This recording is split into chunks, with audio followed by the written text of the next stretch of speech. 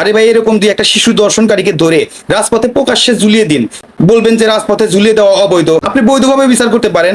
আপনি ভ্রাম্যমাণ আদালত বসিয়ে জনতার সামনে সাক্ষী প্রমাণের ভিত্তিতে আপনি জনতার সামনে রাজপথে বিচারটা করুন। যেখানে সমস্ত বাংলাদেশের মানুষ চাচ্ছে যে এরকম নৃশংস শিশু দর্শনকারীদের জনতার সামনে বিচার করা হোক, রাজপথে বিচার করা হোক, সেক্ষেত্রে আপনাদের সমস্যা কোথায়? আপনারা যদি এরকম নৃশংস হত্যাকারীদের প্রকাশ্যে বিচার করেন, ভবিষ্যতে আপনার ক্ষমতা না থাকলেও তো সমস্যা নাই। এখানে তো কোনো দল আপনাদের বিপক্ষে যাবে না, কারণ এখানে দল মত নির্বিশেষে সরকারি দল, বিরোধী দল, পাবলিক, আমজনতা সবাই তো বলছে এরকম শিশু দর্শনকারীদের প্রকাশ্যে জনতার সামনে বিচার করেন। আপনারা বিচার করেন, অবৈধভাবে মারার দরকার নাই। জনতার সামনে আদালত বসিয়ে সাক্ষী প্রমাণের ভিত্তিতে তার বিচারটা করেন, তাহলে তো জনতার মাথা ঠান্ডা হবে। বিশেষ করে এই শাস্তি দেওয়ার পর কোনো ধর্ষক আর কোনো শিশু বাচ্চার দিকে চোখ তুলে তাকানোর আগে এই শাস্তির কথা ভাববে। কিন্তু আপনারা তো তা করবেন না। আপনারা অপরাধীকে ধরে থানায় নিয়ে যাবেন, 6 মাসে 1 বছর পর জনগণ যখন এই বিষয়টা ভুলে যাবে, আসামি 2 লাখ, 5 লাখ, 10 লাখ টাকা খরচ করে ঠিকই আইনের ফাঁক ফোকর দিয়ে বেরিয়ে যাবে, আবার নতুন করে সে অপরাধ করার জন্য উৎসাহ পাবে। কারণ আমি তো কখনো দেখি নাই যে কোনো দর্শনকারীর ফাঁসি হয়েছে।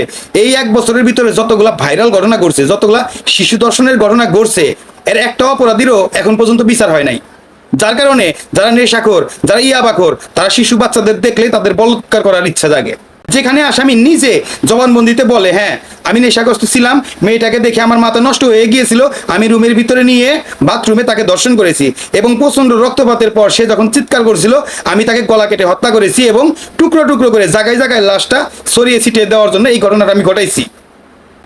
যেখানে বাদীর বউ নিজে জবানবন্দি দেয়, হ্যাঁ আমার স্বামী এই কাজটা করছে, আমি তাকে সহযোগিতা করছি, সেখানে সেই আসামির বিচার করতে কিসের 5 বছর আর কিসের 7 বছর? তার তো সাক্ষী প্রমাণ সব হাতের মুঠোয়।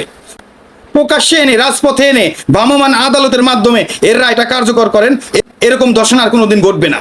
অপরাধীরা শিক্ষা পেয়ে যাবে। এরকম ঘটনা ঘটানোর আগে 7 বার করে এই বিচারের কথা সে ভাববে। এই কাজটা করেন ভাই।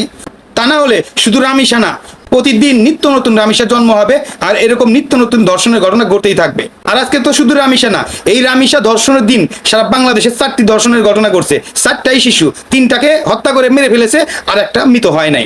এই 3টাকে ধরেও যদি জনতার সামনে এনে সাক্ষী প্রমাণের ভিত্তিতেও জনতার সামনে রাজপথে বিচার করা হয়, তাহলেই কিন্তু কাল থেকে ধর্ষণের ঘটনা কমে যাবে। তো আমরা চাই এরকম রামিসা হত্যাকাণ্ডের মতো ঘটনা যারা ঘটাবে তাদের রাজপথে প্রকাশ্যে আদালত বসিয়ে সাক্ষী প্রমাণের ভিত্তিতে রাজপথেই বিচার করা হোক। এটাই আমাদের জনগণ হিসাবে সরকারের কাছে আমাদের প্রত্যাশা।